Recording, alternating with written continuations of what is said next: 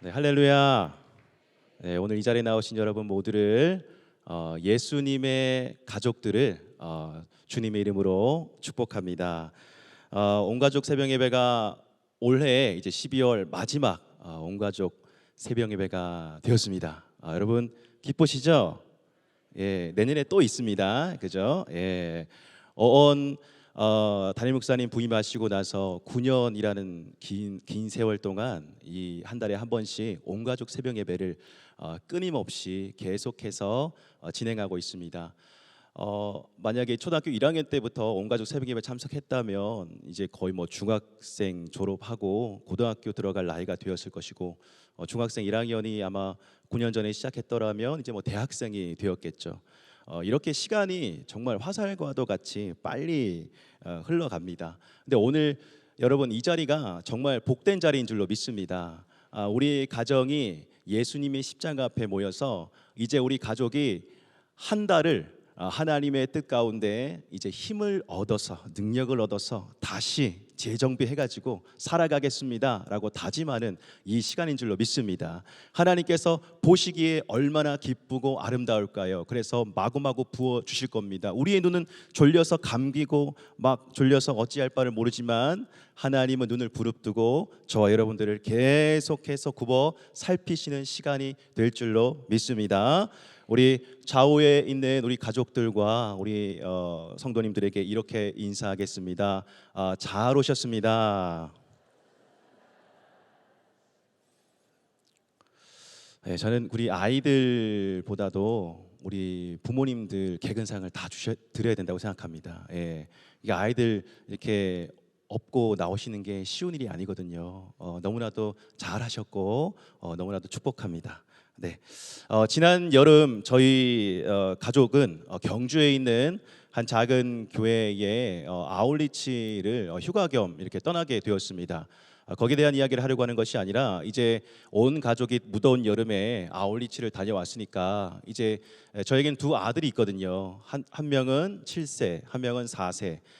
두 아들을 둔 자랑스러운 아버지입니다. 그래서 이 아이들이 무더운 여름에 수고했으니까 그래도 바다 구경이라도 좀 시켜줘야 되겠다라고 생각해서 경주에 갔더니 정말 멋진 바다가 있더라고요. 바로 간포 해수욕장이라는 곳입니다. 여러분 그 동해안은 특징이 있어요. 이 바다 이게 파도가 좀 셉니다. 세고 그리고 그 조금만 들어가다 보면 또 움푹 파진 곳이 있어가지고 발이 닿지 않는 그런 부분들이 나오는데 이게 참 위험합니다. 하지만 그 푸르른 하늘과 그 계속해서 치는 파도를 보며 아이들이 흥분하는 모습을 보니 이 아버지가 너무나도 기뻐서 같이 그 바다에 들어가기로 작정했습니다. 그러니까 아이들을 바닷가에 딱 데리고 와서 옷을 갈아입히고 그리고 물에 빠지면 안 되니까 그 구명조끼까지 다 입혀가지고 그래서 그냥 너희들 알아서 놀아라 이렇게 했겠습니까? 아니죠. 한 손에는 큰 아들의 손을 붙잡고 한 손에는 막내의 손을 붙잡고 이 아버지는 이렇게 노심초사하는 마음으로 속으로는 그랬지만 겉으로는 굉장히 기쁜 척하면서 바닷가로 들어갔습니다. 그러니까 아이들에게 주의사항을 계속해서 당부시켜줬어요. 얘들아, 지금 파도가 세게 몰아치니까 너무 깊이 들어가면 안 된다. 그리고 절대로 이 그 경계선이 있잖아요. 경계선이 동해안은 굉장히 앞쪽에 쳐져 있습니다. 그래서 저 경계선 근처에 절대로 가면 안 된다. 그리고 아빠의 손을 꼭 붙잡고 있어야 된다라고 이렇게 이야기했습니다. 역시나 여러분 아들들의 귀에는 이 부모의 말이 들리지 않은 것 같았습니다. 그냥 바다만 바라보고 너무 좋아하는 겁니다. 그렇게 끌려가듯이 바닷가에 갔는데 이 아이들이 계속해서 아빠의 손을 붙잡고 바다 안쪽으로 더 깊이 들어가자. 왜 물 밖에서 노느냐? 더 들어가자라고 이렇게 이야기를 합니다. 근데 이 아버지의 마음이 어떻습니까? 더 들어가면 안 되잖아요. 그러니까 이 아이들의 손을 붙잡고 안 된다. 여기까지다. 들어가면 안 된다. 아빠가 말했잖아. 동해안은 조금만 들어가면 발이 닿지 않는다고라고 이렇게 얘기했지만 전혀 들리지가 않습니다. 계속 이렇게 실랑이를 하면서 아이들이 물로 들어가려고 하는 거 빼내고 또 파도가 치려고 할 때마다 아이들의 손을 번쩍 잡아 올리고 계속 이러한 것들을 반복했습니다. 한 20분 정도 지나다 보니까 갑자기 뒷목이 뻐근하기 시작했습니다. 너무나도 피곤했습니다. 그래서 그만해야 되겠다 하면서 이제 분위기를 서서히 잡았죠. 얘들아, 이제 그만 여기까지만 하고 이제 나가자라고 하니까 이게 들리겠습니까? 들리지 않습니다. 역시나 들리지 않습니다. 계속해서 노는 겁니다. 에라 모르겠다 하면서 손에 힘을 딱 뺐는데 제가 한 가지 놀라운 사실을 깨달았습니다. 이 아빠는 이 아들이 물에 빠질까 봐 손을 계속해서 꽉 붙잡고 있었는데 알고 보니까 이 아들이 아빠의 손을 더 꽉 붙잡고 있더라는 겁니다. 그냥 마음을 탁 내려놓고 손을 놓으니까 이 아이들이 마치 원숭이가 나무에 매달리듯이 아빠의 양 두 다리에 바짝 매달리기 시작하는 겁니다. 그리고 본인들이 살기 위해서 계속해서 아빠를 더 의지하는 모습을 보여주는 것입니다. 제가 이 장면을 보면서 깨달았어요. 하나님께서 우리 자녀들 다 살아갈 수 있게 만들어 놓으셨구나. 다 자기가 죽지 않으려고 다 살기 위해서 본능적으로 그 생명을 유지할 수 있도록, 그 생명을 계속해서 지킬 수 있도록 아이들 스스로가 그러한 일들을 할 수 있도록 하나님께서 만들어 놓으셨구나라는 것을 깨달았고요. 그리고 또 한 가지 사실은 정말 우리가 살아가면서 이 아버지가 아들의 손을 붙잡아 주듯이 누군가 든든히 의지할 대상이 있다면, 누군가 바라보면서 마음이 든든함을 느낄 수만 있다면 우리 인생을 참 자신 있게 살아갈 수 있을 텐데 라는 생각 또한 하게 되었습니다. 사랑하는 성도 여러분, 우리가 살아가면서 우리의 인생이 정말 행복하고 기쁘게 사라져 가기 위해서 우리의 힘만으로는 살아갈 수 없다는 것 다들 알고 계시죠? 그러기 위해서 이 자리에 나온 것 아니겠습니까? 우리는 눈에 보이지 않지만 전능하신 하나님을 의지합니다. 그 하나님을 신뢰합니다. 그리고 그 하나님께서 우리 가정의 주인 되시고 왕 되심을 인정합니다. 그래서 오늘 이 말씀을 통해서 저와 여러분들이 혹여나 우리가 잊고 살았다면, 우리 마음속에 조금 더 흐려져 있었다면 우리 가정의 반석 되시는 분이 누구신가? 우리 가정을 진실로 행복한 가정 되게 하시는 분이 누구신가? 오늘 이 말씀을 통해서 깨닫게 되는 은혜가 있게 되시기를 주님의 이름으로 간절히 축복합니다. 오늘 24절 말씀 함께 읽어보겠습니다. 시작.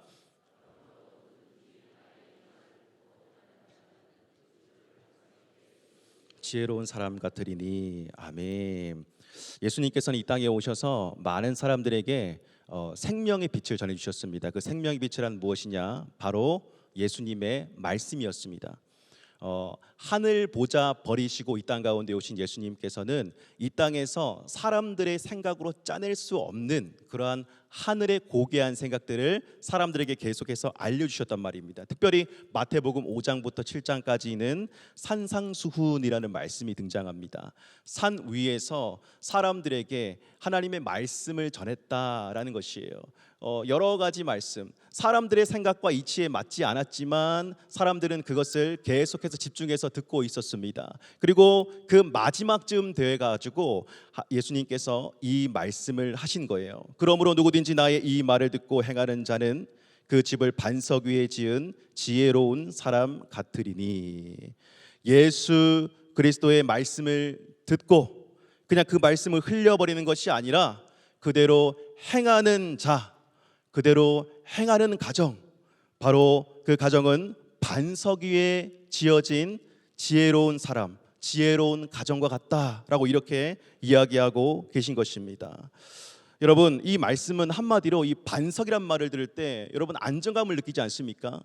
우리가 안전하게 살아가길 원하고 안정감 있게 살아가길 다들 원합니다. 근데 여러분, 이 반석이라는 것이 무엇인지 잘 보시길 바랍니다. 이 반석이라고 할 때 베드로가 예수님께 고백했던 그 신앙의 고백이 여러분 생각나지 않습니까?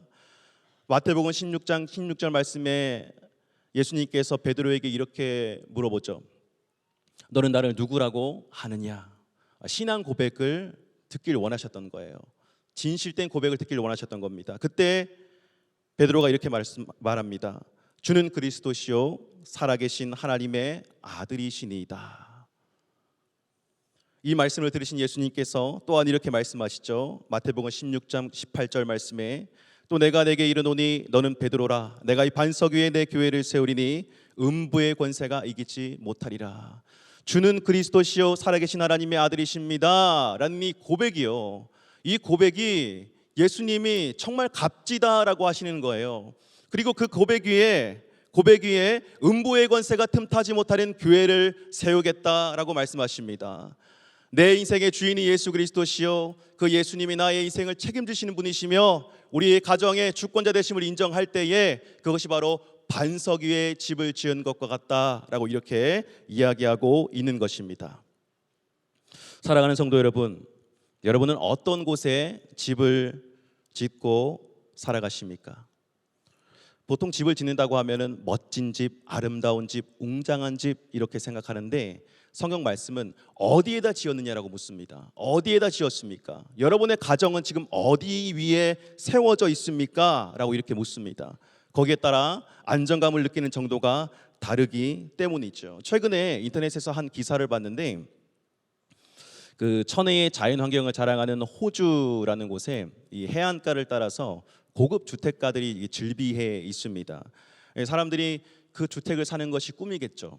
노년을 정말 그 주택에서 석양을 보면서 자기만의 어떤 시간을 갖는 것, 그게 꿈 아니겠습니까? 그런데 최근에 그 비싼 그 주택, 그 해안가로 늘려진 그 주택이 기상 이변으로 인해 가지고 그 해안이 침식이 일어남으로 말미암아 그 집이 다 무너질 위기에 처했다라는 소식을 들었습니다. 사진 한번 보여주시겠습니까? 바로 이와 같은 모습입니다.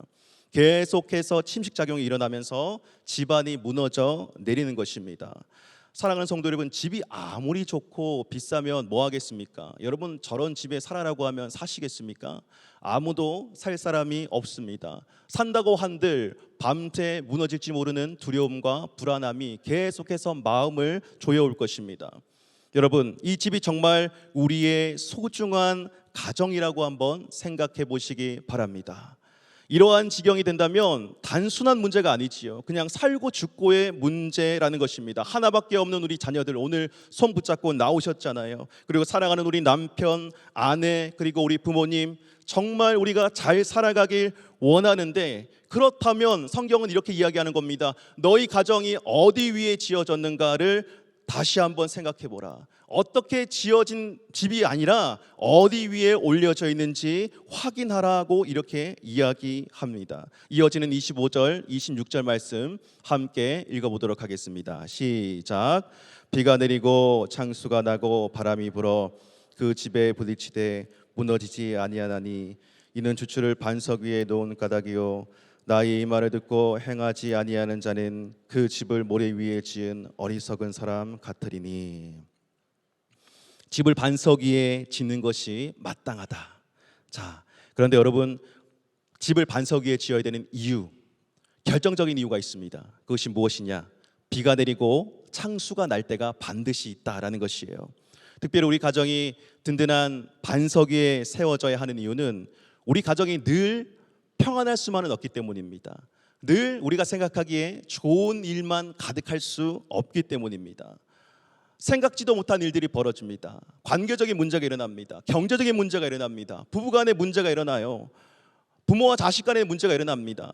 이러한 문제를 놓고 딱 그 앞에 마주섰을 때에 모두가 당황하기 마련입니다.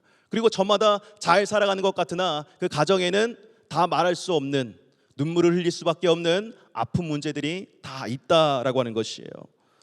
인간의 생각대로 되지 않습니다. 뿐더러 여러분, 그 흑암의 권세가 우리 가정을 가만히 두겠습니까? 어떻게든 이 복된 가정을 흩어버리고 무너뜨리기 위해서 우는 사자처럼 저 여러분들 앞에 서 있다라고 하는 것입니다. 여러분, 그 문제가 우리 가정 앞에 딱 도달했을 때에, 비가 내리고 창수가 나고 바람이 불 때에 여러분들은 어떻게 하시겠습니까? 근데 여러분, 예수님과 함께하는 가정은요, 그것을 이길 힘이 있대요. 예수님과 함께하는 가정은 그것을 견딜 수가 있답니다. 견뎌서 다시 회복할 수 있다라고 합니다. 그러나 예수님이 없는 가정은 계속해서 무너져 내린다. 27절 말씀처럼, 우리 27절 말씀 함께 읽어보겠습니다. 시작. 비가 내리고 창수가 나고 바람이 불어 그 집에 부딪힘에 무너져 그 무너짐이 심하니라. 그러니까 무너지는데 복구가 안 되는 거예요. 그 문제 앞에 피해를 입고 계속해서 무너지는데 복구가 안 됩니다. 그 무너짐이 심하니라, 이렇게 이야기하고 있습니다. 사랑하는 성도 여러분, 우리 가정은 반석 위에 집을 지었습니까? 모래 위에 집을 지었습니까? 세상이 말하는 많은 기준들로 말미암아 우리 가정의 행복의 기준을 거기에 잡고 있지는 않은지요. 적어도 몇 평 이상 살아야 하고, 학벌은 어느 정도 되어야 하고, 부모의 소득 수준은 어느 정도 되어야 하고, 사회적인 지위와 능력은 어느 정도까지 갖춰야 하고, 계속해서 이러한 세상적인 지식과 나의 소유한 물건들이 우리 가정의 행복을 좌우하는 그러한 기준이 되고 있지는 않은지요. 근데 여러분, 결정적인 순간에 정말 이것은 모래와 같이 우리 가정을 지켜주지 못한다는 사실을 기억하시기 바랍니다.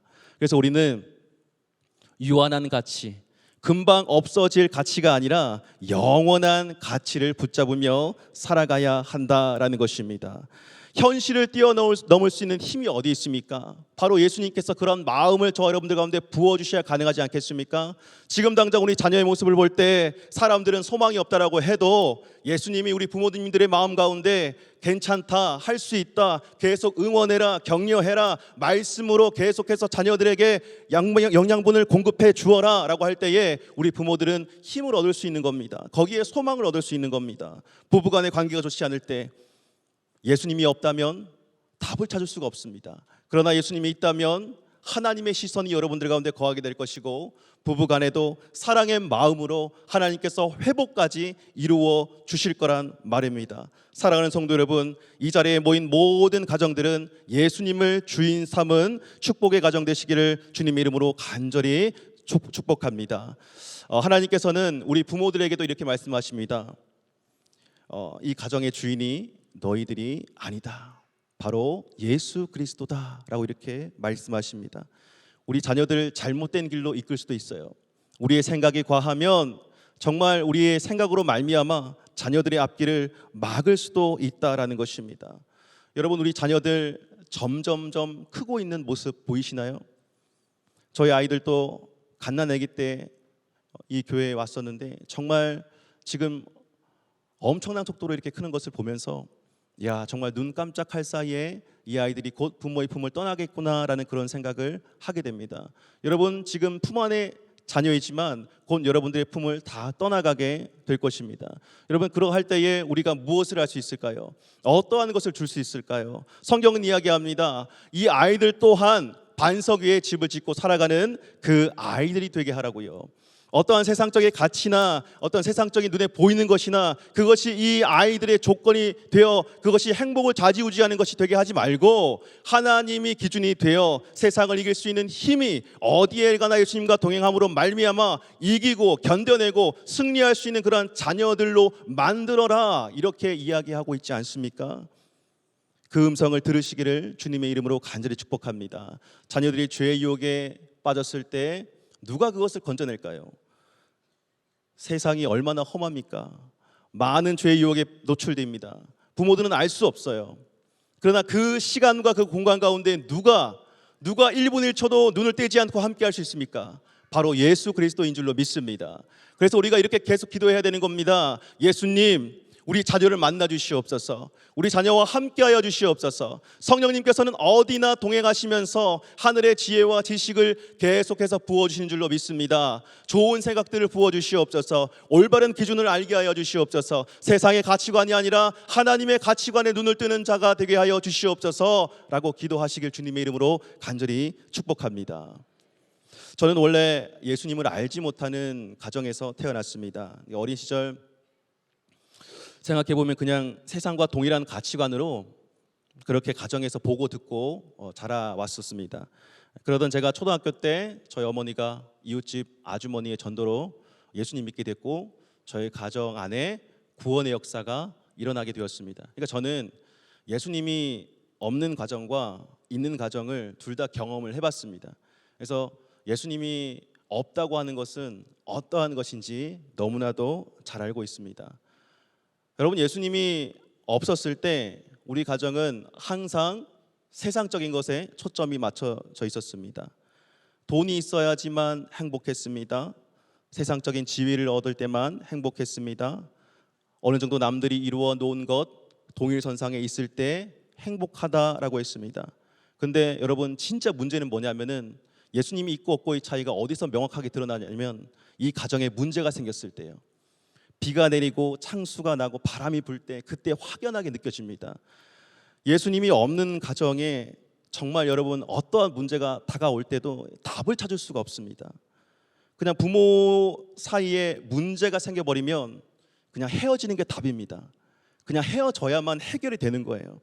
부모와 자녀들 간에 문제가 생기면 부모는 자녀에게 그냥 분노를 그냥 다 쏟아 넣어야 됩니다. 그리고 그냥 상처를 주는 길밖에 그것밖에 없습니다. 뭔가 일이 잘 풀리지 않으면 항상 누군가를 탓합니다. 불평 불만을 계속해서 쏟아 넣습니다. 계속해서 무너지고 또 무너져 내리죠. 언제 와르르 무너져 내릴지 알지 못하는 그러한 가정인 것이에요.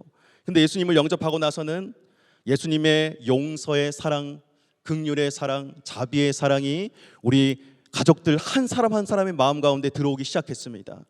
그 사랑이 들어오니까 어떠한 문제가 딱 생겼을 때 서로 손가락질하고 비판하는 것이 아니라 예배의 자리에 먼저 나가게 되고 기도의 자리에 먼저 나가게 되고, 그러할 때 예수님이 만나주시고 말씀하시고 우리의 마음을 고쳐먹게 만들어주시고 우리의 마음을 부드럽게 만들어주시더라는 겁니다. 그러니까 만났을 때 서로 용서가 되는 거예요. 화해가 되는 겁니다. 답이 찾아지는 것입니다. 누군가를 탓하지 않습니다. 왜요? 나 같은 죄인까지도 용서해 주신 그 사랑과 은혜가 너무나도 놀라운데 누구를 탓하겠습니까?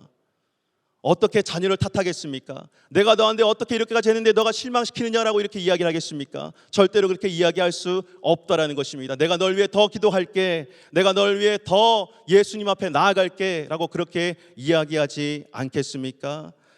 세상이 줄 수 없는 기쁨과 놀라운 은혜의 감격을 저희 가정은 예수님을 영접하고 나서 계속해서 누리며 살아갔습니다. 예수님 믿는다고 해서 돈이 많이 생기지도 않았어요. 가정이 부유해지지도 않았습니다. 그러나 예수님을 만난다는 것이 얼마나 행복한 것인지, 구원받았다는 것이 얼마나 행복한 것인지, 그 하늘의 기쁨이 계속해서 충만하다 보니까 그것이 살아가게 하더라고요. 그것이 가정을 올바르게 세워가더라고요.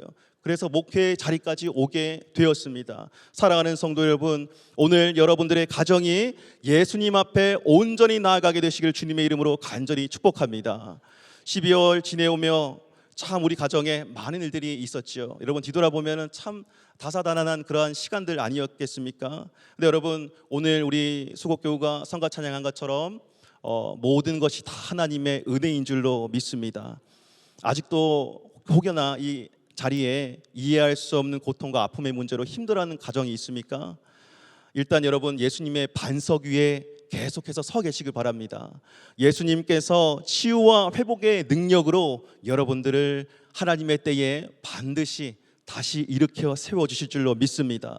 일단 여러분 지금 이해가지 않더라도 우리의 가정을 예수 그리스도 반석 위에 세워 놓으시길 바랍니다. 힘들고 눈물나고 아프지만 말씀 앞으로 계속 나오십시오. 하나님의 음성을 듣기 위해 사모하십시오. 이 자녀들의 머리에 손을 얹고 예수 그리스도의 이름으로 계속해서 기도해 주십시오. 하나님의 마음을 구하십시오. 그러할 때에 하나님께서 이 가정에 정말 하나님의 위대한 계획, 하나님의 위대한 비전들이 이루어지게 하실 것입니다. 우리 자녀들 여러분 기대되지 않습니까? 이 자녀들을 통하여 하나님 도대체 어떤 일을 하시렵니까? 이 자녀들을 통하여 하나님의 나라와 역사가 이 땅 가운데 이루어지게 하고자 하는 것이 주님의 뜻이라면 주님 이 자녀를 예수님의 이름으로 마음껏 축복하여 주시옵소서. 여러분 자녀들을 잡고 있는 손의 힘을 조금만 더 빼시길 바랍니다. 그러면 하나님께서 우리 자녀들을 책임지시고 이끌어 주실 것입니다. 사랑하는 성도 여러분, 우리의 참 능력과 진리의 반석 되신 예수님 붙잡고 정말 천국 같은 가정, 복된 가정 이루어 가시는 저와 여러분 되시기를 주님의 이름으로 간절히 축복합니다. 하나님 아버지 감사합니다. 한 해 동안 열심히 이 자리에 동참하고 아이들과 같이 참석한 우리 모든 가족들 주님 축복하여 주시옵소서. 개근한 우리 친구들, 또 한 번, 두 번 결석한 친구들, 그리고 상은 못 받고 또 메달은 받지 못했지만 그럼에도 불구하고 부모님 따라서 같이 이 자리에 참석한 우리 모든 아이들 하나님께서 축복하여 주시옵소서. 다니엘과 솔로몬과 같은 지혜와 명철을 허락하여 주시옵소서. 지혜의 사람 되게 하시고 말씀의 사람 되게 하시고 힘들고 어려운 순간 하나님 앞에 엎드려 기도하며 그 모든 난관들을 극복해 나가고 하나님 앞에 정말 온전한 모습으로 결단하는 기도의 사람, 참된 예배자로 일평생 살아갈 수 있도록 주님 역사하시고 축복하여 주시옵소서. 하나님, 한 해를 잘 마무리하고 희망찬 2025년도 미래의 아름다운 모습, 소망을 가지고 나아가는 우리 모든 가족들 다 되게 주님 역사하시고 축복하여 주시옵소서. 이제는 우리 주 예수 그리스도의 크신 은혜와 하나님 아버지의 극진하신 사랑하심과 성령님의 교통하심의 역사가 믿음의 반석 위에 우리 가정을 든든히 세워나가기를 간절히 소망하는 예배드린 모든 주의 백성들, 그들의 가정과 일터와 건강과 특별히 우리 귀한 믿음의 자녀들 한 사람 한 사람 머리머리 위에, 이 나라 민족 흩어진 모든 열방 위에 이제로부터 영원토록 함께 하시기를 간절히 축원하옵나이다. 아멘.